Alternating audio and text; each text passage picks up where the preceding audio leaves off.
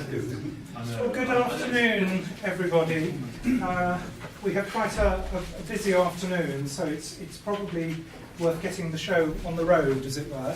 For those of you who are not sure where you are in session 1A, preparing for war at the Agincourt 600 conference. And I would like to welcome you all here. I'm Chris Walgar. I'm a Professor of History and Archival Studies here. And we have 3 speakers this afternoon in this session. Before we get underway, however, I just need to do one set of housekeeping notices about fire alarms and fire exits. If the fire alarm goes off, if the bells ring, it's for real. There are no drills this afternoon. There are 2 exits either end of this room. You will need to turn left and go down this corridor as there is a fire curtain that descends just there. And then we go outside and assemble on the car park. Right, domestic things over. I'm delighted to welcome you all to Southampton this afternoon.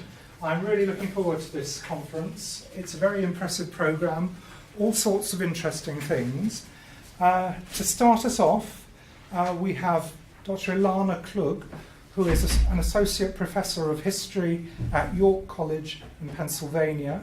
She is interested in military logistics under the 3 Edwards, and she also has an interest in military medicine, and being slightly squeamish after lunch, I'm quite pleased we're not going to hear about that. But she's going to talk to us about the costs of feeding Mars, Edward I and Provence.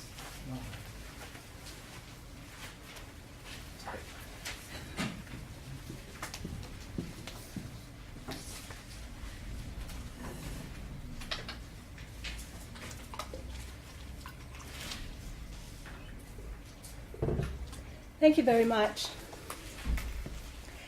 Edward I's reign can be seen as a mixture of energetic, administrative, and juridical reform and vigorous military action, some of which ended in successful conquest, while the majority left a legacy of drawn-out conflict and debt to his heirs. The first part of his tumultuous reign, to about 1294, saw Edward busy subjugating the Welsh and strengthening royal control of the kingdom. The latter part of his reign was monopolized by military crises in Scotland and in France. It is particularly during this latter part that Edward's constant need for financing and supplying of those wars drained the kingdom's coffers and strained his relationship with his populace. By 1297, Edward I's financial capabilities to wage war on the level demanded of him by circumstances and his own desires had long been exhausted. Regular taxation, however large the sums that were raised, was not enough to prevent the royal treasury from progressively sliding into ever greater arrears. No longer were there banking companies able or willing to provide him with the significant amount of credit he needed. The political results of Edward I's 1297 Gascon campaign are well known to historians. Great discontent of all social classes, from the baronage down, forced Edward into a political corner in which he found himself virtually powerless to proceed on the continent according to his plans. Rather, he attempted to deal with domestic complaints. While members of the nobility eloquently penned opposition and protests on the basis of poverty that appeared as the monstrances of 1297, and the 1296 papal bull Clericus Laicus neatly condemned any attempts by the king to seize clerical funds, the true core of the crisis rested with widespread popular discontent with royal demands. In his desperation to seek out new sources for revenue and with his aptitude for finding them, Edward had used several innovative schemes, some of quite debatable constitutionality, for financing and supplying his armies. One of these methods was regularly employing an expanded definition of purveyance, or prize, to encompass the entirety of his army, which had first been done to a much smaller scale under his father Henry III. Purveyance, the compulsory sale of foodstuffs and other necessary supplies, was believed to be a royal prerogative, and as such could be demanded as a right. The results were disastrous. Bogged down by intense protest and grumbling, large-scale purveyance became one of the most resented practices and represented the point where there existed the widest gap between Edward's financial needs and the populace's willingness to provide. Yet purveyance, as Michael Prestwich, Mark Vaughan, and others have shown, was also a well-organized, highly organized practice that created the ability for Edward I and his successors to supply soldiers and garrisons on an unprecedented scale, thus potentially waging war more successfully and demonstrating the efficient machinery of government. Purveyance then simultaneously became an effective mechanism for war and a rallying point for complaint amongst the populace, chiefly because the system failed to work according to its expected process. Substantial corruption and delayed repayment, or none at all, wore heavily on a populace weary of unceasing war demands and created much of the resentment that erupted into political crisis in the last years of Edward's reign. Matters came to a head in 1297 to 98 in a political crisis that illustrated the overextended limitations of the crown's income and the increasingly delicate nature of Edward's authority. However, despite the financial strain under which the crown labored, Edward continued his military action in Scotland until the end of his reign. Naturally, large-scale purveyance continued as well, which exacerbating the negative impact on the English populace, even while enabling the conflict to persist. In order to discuss the outcomes of Edward's wars, we must briefly discuss the causes. The continental conflict revolved around the disputed rights of the French king in Gascony, which was English territory held as a fief from the French king. Philip the Fair, the French king, had pressed his right as sovereign lord over the duchy, which at first Edward accepted as expected of a vassal. However, in 1294, when Philip failed to adhere to the terms of a royal marriage treaty involving English sovereignty of Gascony, declared the confiscation of the region, and sent in soldiers to enforce the order, Edward, who was already engaged in putting down a serious Welsh rebellion, reluctantly realized that he had to prepare for yet another war. Every English battle with the French, which not only included traditional pitched battles and sieges, but also crushingly expensive continental alliances, the likes of which would again be attempted by Edward's grandson, ended in a fiasco. A French alliance with Scotland forced Edward to make additional forays into Scotland in 1296, which involved the embarrassing defeat at Stirling Bridge in 1297, further weakening both his economic standing and his ability to wage successful war in France. Despite an English victory at Falkirk in 1298, which temporarily ended fighting in Scotland, the campaign in France was never completed decisively.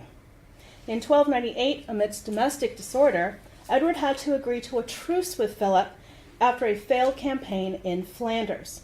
Conflict in Scotland revived, and Edward was still occupied with military engagements there upon his death in 1307.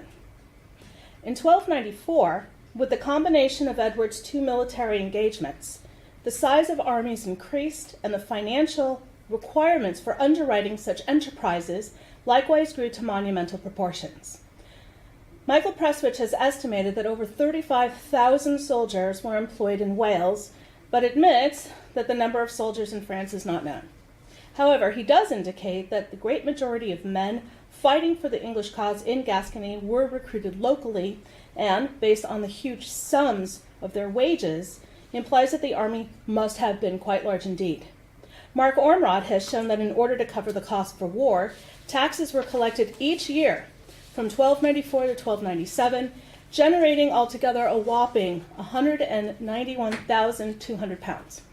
However, the total war, accounting for Gascony from 1294 until at least 1299, likely cost closer to £400,000, significantly more than England's economy was able to support.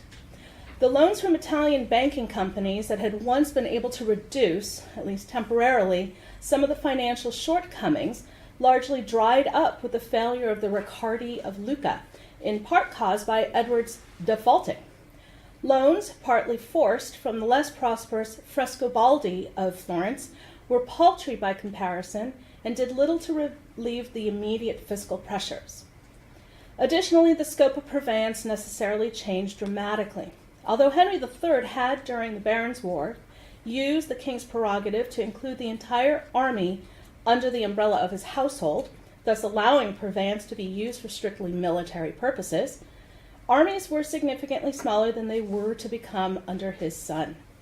Edward I had initially hoped to rely primarily on merchants for his victualling needs in his first Welsh War in 1277, by forestalling markets and handing out protections and safe conducts, but the results were obviously unsatisfactory and inadequate. Henceforth, he focused on purveyance, which had to operate on a massive scale in order to feed so many men and their horses. Mark Vaughan's excellent examination of several purveyance accounts from Edward's 1294 Gascon campaign provides a glimpse into the complex arrangements and large-scale supplying necessary for the army. Apparently, Edward's preparations were insufficient, partly because he was sustaining simultaneous operations in Scotland, with a resulting heavy demand for supplies. In 1296, after the Gascon army had grumbled about the lack of enough victuals, Edward responded by ordering the purveyance of an unbelievable 100,000 quarters of grain for Gascony. Although in the end only 63,200 quarters were collected, the king's message was clear. All the possible surplus of the realm was needed for his military venture, and in haste. A perceived, quote, negligence and dallying on the part of the Sheriff of Essex and Hertfordshire resulted in a strongly worded letter from the king in April 1297, urging him to fulfill the necessary purveyance ordered the previous November. Apparently, this sheriff was not alone in his tardiness, as Edward sent similar letters to 8 other sheriffs. Even ships required for the conveyance of the victuals to the continent repeatedly were demanded as quickly as manageable and without delay. Clearly, by April, the king was concerned about the amount of amassed goods. Besides an additional 13,000 quarters of grain, Edward provided commissions in June 1297 for the further procurement of over 3,000 bacon carcasses, 1,500 beef carcasses, and 2,500 stockfish. Edward's continuing conflict with the Scots meant that the need for victuals readily available in the north also continued unabated. In April 1298, sheriffs from 8 counties, as well as ministers in Ireland, were instructed to purvey as much food as possible, quote, paying earnest money for the same, end quote, and send it to Carlisle, where the king would rendezvous in order to engage with the Scots. Edward worried about the stores present in key castles and ensured that their stocks constantly were checked and maintained. Writs from December of that year to the sheriffs of 12 counties ordered that 12,500 quarters of grain and malt, as well as nearly 1,000 animal carcasses purchased with county revenues, be brought to barrack and stored carefully so that there would be no spoilage. A similar writ required 20,000 quarters of grain, some as flour, 1,000 tons of wine, and salted meat and fish from Ireland be shipped with all haste to Skinderness. However, the amounts collected did not always match those demanded. Sometimes the initial orders were changed based on a reassessment of the needs. This was true in 1304, when 200 quarters of wheat were substituted for the 300 quarters of malt originally requested from Essex and Hertfordshire. Let us explore briefly the process of purveyance so that the full implications of Edward's massive military operations will be apparent.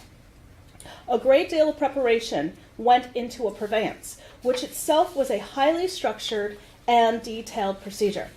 Before purveyance would even be ordered, the king ensured that proper circumstances were created whereby he was guaranteed of a successful purveyance. Effectively, this meant that the king manipulated the free markets to his end. First, all markets and fairs were cancelled in the county or region to be purveyed. This created an atmosphere in which peasants had a surplus of victuals with no method for dispatching it.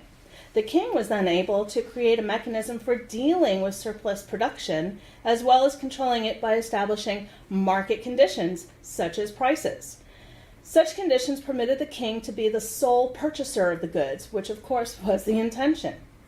Yet the king wished the purveyances not cause individuals to suffer. Edward I thus set guidelines in an ordinance of November 1296 for conducting a purveyance, demanding that the purveyor act in consultation with tax assessors so that educated decisions could be made about individuals' ability to contribute. A purveyance began with a commission from the king, normally addressed in the form of a writ, to one or more purveyors who were assigned to collect specific quantities of foodstuffs or other necessities from certain counties. A typical commission from the reign of Edward I often specified how much was to be purveyed in which specific geographic location. This can be seen in mandates of January 1300 to the sheriffs of 11 counties to purvey approximately 20,000 quarters of grain and have it brought to barrack. The bulk of the work was carried out at the county level, and most local people had their dealings with the sheriff and his staff, who had the delicate business of seeking out individuals willing to contribute to the purveyance. In truth, sheriff's deputies in the individual hundreds, wapentakes, or villages, his bailiffs, would be the ones to carry out the task at hand. The collection of the purveyed goods was a highly structured procedure. Theoretically, the sheriff or bailiff would tap people of means for contributions and would record the transaction by indenture. The tally given in return for the goods would double as a receipt that could be exchanged for cash payments, either by the sheriff out of county monies or at the exchequer. Containers for the grain, flour, and other items were also required, and men with carts were often pressed into service for transportation. Once the items were collected, a corps of deputies and hired men were then responsible for carrying, loading, and measuring the goods before, during, and after transport, as well as guarding the storehouses where the goods would be kept before being sent to the appropriate final destination. Pay schedules carefully dictated the proper fees for each job, offering wages roughly twice of those earned by unskilled agricultural workers, from whose ranks these men were likely drawn. The storehouses, everything from large barns or buildings to small rooms or attics and homes, would have been rented for the purpose ahead of time for a period of a few weeks up to a year or longer. Often they were located in the very cities, such as Great Yarmouth, Barrack, or Carlisle, which served as shipping hubs to the continent or provisioning bases for Edward's military operations in Scotland. For Edward's 1294 Gascon campaign, the goods were accumulated at Portsmouth. Once at the final destination, royal officers would oversee the unloading and distribution or sale of the goods, lest general mayhem ensue. Although Edward had enjoyed domestic support for his Welsh campaigns of the 1270s and 80s, the French operation became increasingly unpopular in England. There was widespread unhappiness over the king's vast military operations and very heavy spending. While the nobility quarreled with the king, partly over principles of and issues surrounding military service, in part seen in their monstrances, the entire community of the realm bitterly complained about the increasingly frequent taxations over which there was great debate concerning consent, and also delayed payment for wages and repayment for victuals taken during the purveyances.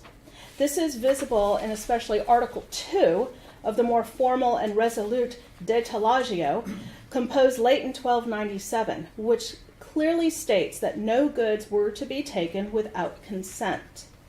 The resultant settlement, the Confirmatio Cartarum, codified the need for consent for the taking of goods.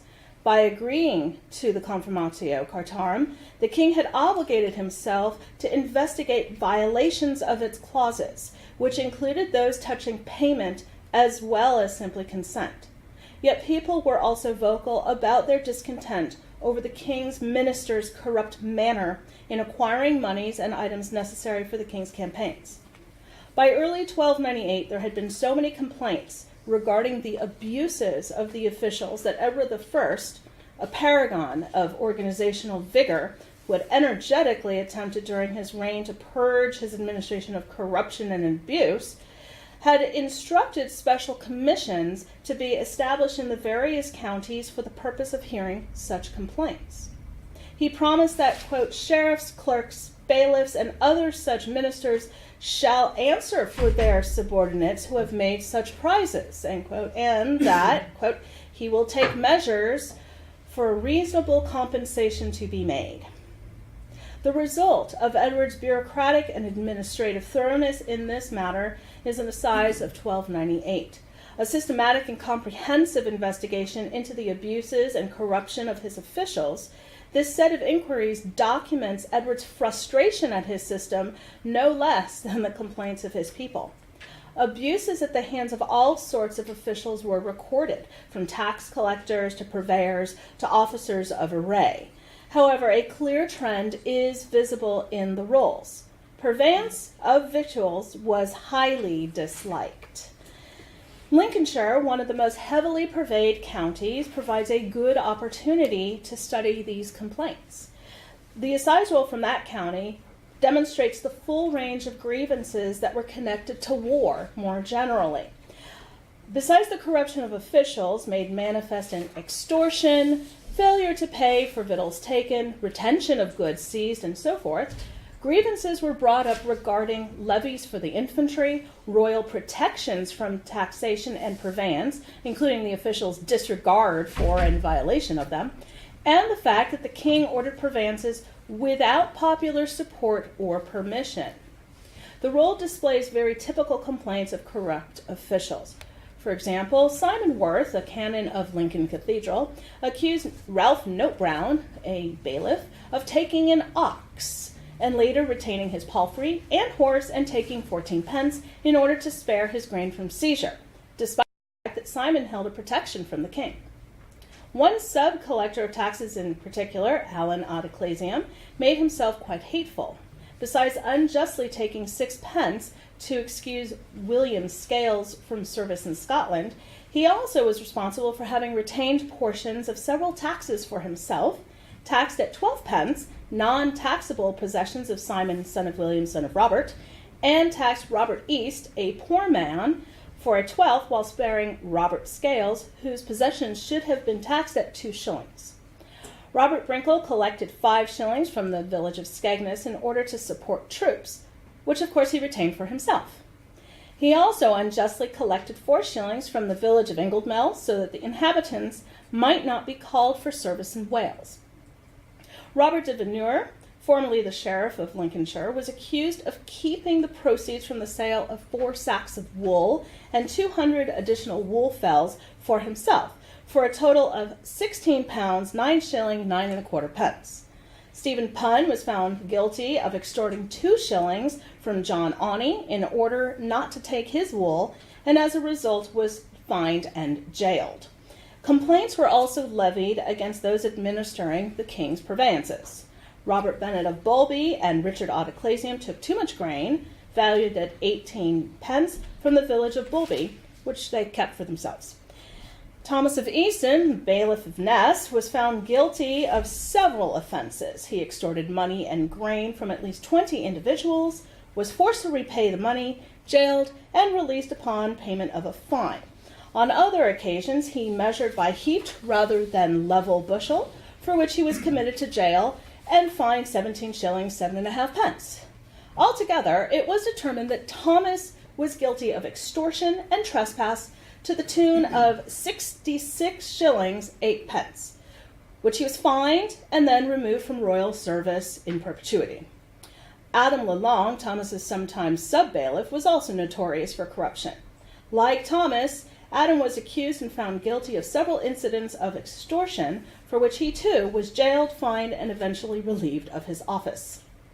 Although complaints about purveyance were not as lopsidedly prevalent as they would be in a similar investigation ordered by Edward III at the beginning of the Hundred Years' War, they were still significant enough to impress upon the king how distasteful both the practice and administration of forced sales and collections were. W.S. Thompson, the editor of the 1298 Assize Roll for Lincolnshire, commented that complaints regarding purveyance touched only the conduct of the officials in charge of its execution, and neither the process of purveyance nor the king's right to demand it. An aspect to the administration of Edward I's purveyances that Thompson found most troubling was that officers, primarily bailiffs, were accused of taking goods without warrant or instruction and then failing to provide tallies or receipts for the seizure. For example, the bailiff Thomas of Easton took at least 5 quarters of malt from 2 petitioners in 1297, a year when there is no evidence of commissions issued for the purveyance of malt. The following year, John Everard, bailiff of Holland, seized 4 quarters of malt worth 18 shillings from Henry of Vichward and failed to provide a tally, thus creating the opportunity for Henry to be revisited for the same purveyance. Those found guilty of abuses were punished heavily. Purveyors convicted of wrongfully or maliciously taking goods from people without payment or while under duress were subjected to fines as well as jail sentences. Nigel of Donnington was jailed after having been found guilty of maliciously taking sheep from Gilbert of Algerkirk, Robert Tyrrick, William Lovelock of Algerkirk, and John Malkin. Likewise, for his repeated unlawful seizures from Simon Worth, Ralph Notebrown was placed in jail. Hugh Bardolph received an even heavier penalty, possibly because he was found guilty of extorting from poor men. Besides the fine and jail sentence, Hugh was barred from ever again holding royal office. As mentioned before, Thomas of Easton and Adam Lalonde suffered the same punishment. As Prestwich has stated, quote, "It is probable that the abuses of the system of prize caused most of the resentment." End quote. Indeed, Thompson's findings indicated the abuses of purveyance proved the greatest cause for complaint in the roll, even though the assize was intended as an investigation of wrongs committed by all sorts of officials. Whether the goods were taken wrongfully or according to procedure in exchange for a tally, the process for receiving payment was cumbersome. In theory, monies gathered by the sheriff in each county during taxations, as well as those derived from other sources of royal revenue, such as county court fees, were supposed to be used first to pay back those people waiting to convert their tallies into cash before the rest was sent on to the king. In practice, this did not usually happen, forcing people to seek satisfaction at the exchequer. As Chris Gibbon Wilson admits, the inconvenience revolved in recovering one's money must have been a nuisance at best and a severe hardship at worst. A lack of prompt payment weighed heavily on the populace, evidenced by numerous parliamentary petitions for repayment. Walter Bennett, claiming impoverishment, begged for payment of goods taken by purveyors. His claim was to be investigated at the exchequer. Around 1302, several men from Conwy petitioned for payment in arrears for victuals taken for munitioning the Welsh castle of Beaumaris. Other Beaumaris locals were still waiting for payment despite the king's multiple orders to the keeper of the wardrobe to do so. The Parliament of 1305 were filled with both individual and communal pleas for payment for goods seized for the war effort in Scotland. For example, citizens of Carlisle and the community of Cumberland asked to be repaid for grain taken on credit, but not compensated out of tax revenues as intended. They were to sue at the exchequer for reimbursement.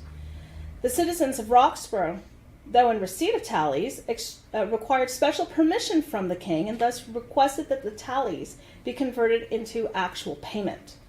Several individuals, such as Nicholas of Dublin and Geoffrey of Morton, petitioned for payment for goods taken from them in Ireland. They were referred to the Irish exchequer for satisfaction. Debts clearly were not always promptly paid. During the reign of Edward II, the abbot of Barlings in Lincolnshire requested payment for purveyances for which the debts were still outstanding from the previous reign. Similarly, despite holding for 6 months letters from the king and treasurer directing reimbursement for wine, the Brabantine merchant John Lether had not been paid. Purveyance was a highly contentious practice that clearly can be interpreted as both a success and failure of Edward I's military machine. On the one hand, there is little debate that purveyance and its maladministration sparked intense protest and formed a significant motive for the political unrest in which Edward's government came dangerously close to disaster in the 1290s. Yet purveyance was also a highly effective, methodical practice that enabled the king successfully to supply and feed his armies and munition his castles. As a result, it continued to be a cornerstone of English military logistics long after Edward I, which illustrates that for all of its evils, it was an eminently useful system. Thank you.